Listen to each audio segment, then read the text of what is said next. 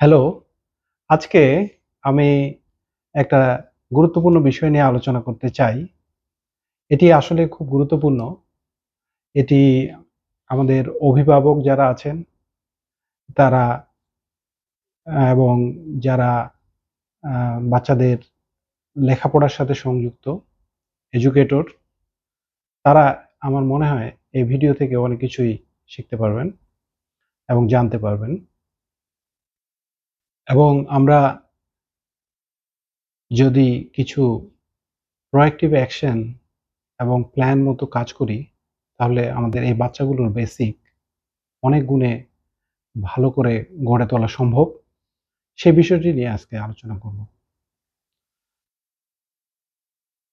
শুরুতেই আমি যেই বিষয়টি কথা বলতে চাই, সে বিষয়টি হলো যে আমাদের ক্লাস 1, 2, 3, 4, 5 এই সময়ের বাচ্চাদের যে কথা বলার যে স্পিরিট আমরা দেখি, তারা যত সুন্দর করে গুছিয়ে সাবলীলভাবে কথা বলতে পারে, বুদ্ধিদীপ্ত প্রশ্ন, কোশ্চেন জিজ্ঞেস করতে পারে, তাদের আ কথা শুনলে মনে হয় তাদের জ্ঞানের ভান্ডার অনেক এবং তাদের ব্রেন অনেক বেশি সক্রিয়। কিন্তু এই বাচ্চাগুলোকেই যখন আমরা বইয়ের পাতায় কোনো একটা আর্টিকেল পড়তে দেখি, তখন তারা অনেক সমস্যার সম্মুখীন হয়। তাদের কাছে একেকটা শব্দ একেকটা পাহাড় সম কঠিন মনে হয়। কিন্তু কেন?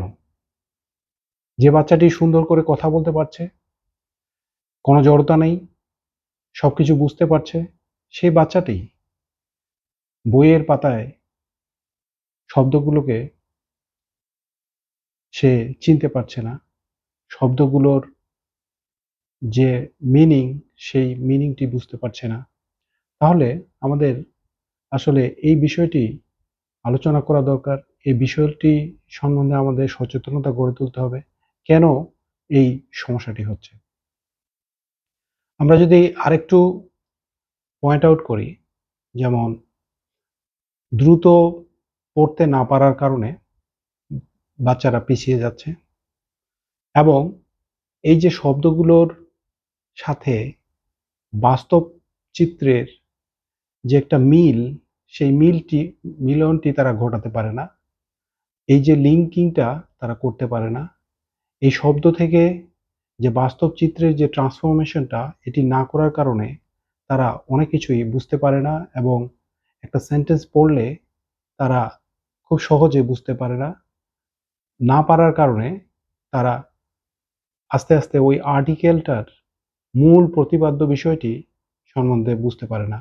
এভাবে তারা আসলে যখন না পারার একটা যন্ত্রণার মধ্যে দিয়ে যায়, তখন আগ্রহ হারিয়ে ফেলে এবং আল্টিমেটলি এই প্রবলেমটা যদি আমরা সঠিকভাবে অ্যাড্রেস না করি, তাহলে তারা হারিয়ে যায়।